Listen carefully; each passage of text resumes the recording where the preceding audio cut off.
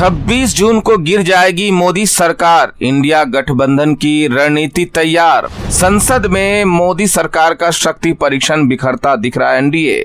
मोदी के लिए सत्ता में बने रहना दिखाई दे रहा है मुश्किल। मोदी सरकार का तीसरा कार्यकाल मुश्किल भरा दिख रहा है और इसीलिए इस बार संसद का विशेष सत्र भी पीएम के शपथ ग्रहण के 15 दिन बाद बुलाया जा रहा है।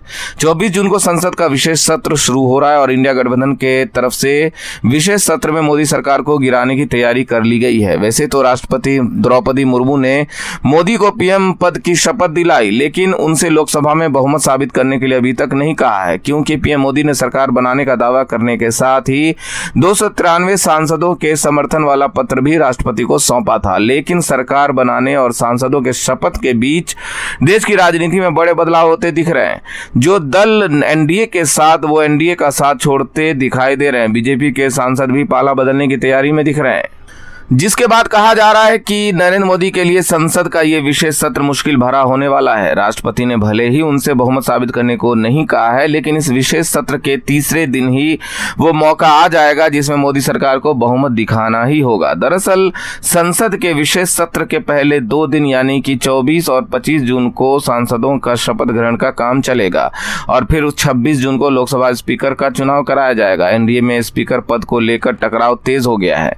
टीडीपी स्पीकर पद से अपना दावा छोड़ने को तैयार नहीं है। पार्टी का दावा है कि 10 साल से बीजेपी की सरकार थी और इस दौरान बीजेपी का स्पीकर था, लेकिन अब एनडीए की सरकार है, इसलिए इस सरकार में स्पीकर का पद एनडीए के दूसरे घटक दल के पास होना चाहिए। इससे पहले अटल बिहारी वाजपेयी अब एनडीए की तरफ से प्रधानमंत्री बने थे, तो उनके पहले कार्यकाल में टीडीपी के जीएमसी बाल योगी स्पीकर लोकसभा स्पीकर बने थे। दूसरे कार्यकाल में भी टीडीपी के बाल योगी को ही स्पीकर बनाया गया था। पहले 3 साल वो लोकसभा स्पीकर रहे, लेकिन एक हेलीकॉप्टर हादसे में उनकी जान चली गई, जिसके बाद लोकसभा स्पीकर का पद बीजेपी के दूसरे सहयोगी शिवसेना के पास आ गया था। शिवसेना के मनोहर जोशी को लोकसभा स्पीकर का पद मिला था।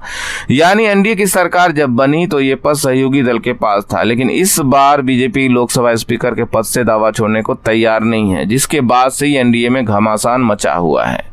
बीजेपी स्पीकर पद पर अपना उम्मीदवार देने की तैयारी में है, तो टीडीपी भी पीछे हटती नहीं दिख रही। इस बीच इंडिया गठबंधन की तरफ से संकेत मिल रहे हैं कि वो चुनाव में टीडीपी का समर्थन करेगी।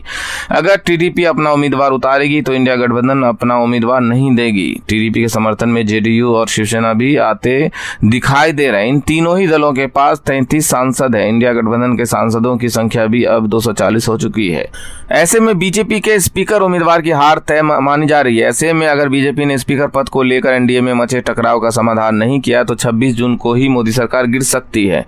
वैसे इंडिया गठबंधन की तरफ से जो संकेत मिल रहे हैं उनमें प्लान बी भी तैयार है। एनडीए के कई छोटे सहयोगी मोदी सरकार से नाराज दिख रहे हैं और पाला बदलने की तैयारी में। इस बीच 10 से ज्यादा बीजेपी के सांसदों के इंडिया गठबंधन के संपर्क में होने की खबर भी आ रही है।